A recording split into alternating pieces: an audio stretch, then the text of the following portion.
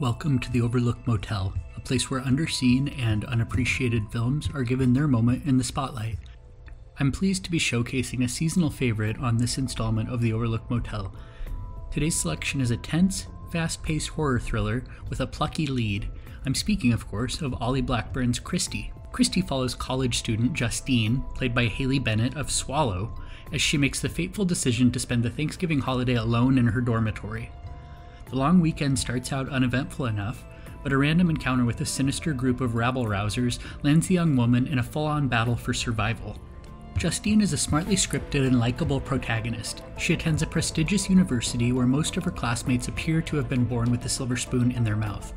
But Justine comes from no such privilege. She offsets the cost of her expensive education with work study and student aid, and she remains grounded amongst her peers. As such, she's likely to be relatable to anyone that doesn't come from tremendous wealth. In addition to establishing her as a grounded protagonist, Justine's lack of liquidity also finds her unable to afford a flight home for the Thanksgiving holiday. Instead, she is confined to her all-but-empty college campus for the long and stormy weekend. Justine's initial plan is to spend the day eating TV dinners with her roommate Nicole, but when Nicole's parents surprise her with a family trip to Aspen, Justine finds herself very much alone. While that sounds like a less than ideal way to spend the Thanksgiving holiday, it's a brilliant setup for a horror picture, and it's realized to profound effect here. Kristy is dripping with atmosphere. Things get very creepy when the action ramps up. But even before that, director Olly Blackburn utilizes subtle tricks to keep the audience on edge. In spite of being set on what we are led to believe is a prestigious college campus, Justine's university isn't without its fair share of dank and uninviting corners. Before any of the antagonistic characters arrive on the scene, we see her navigating the derelict basement-level laundry room with buzzing and flickering fluorescent lights.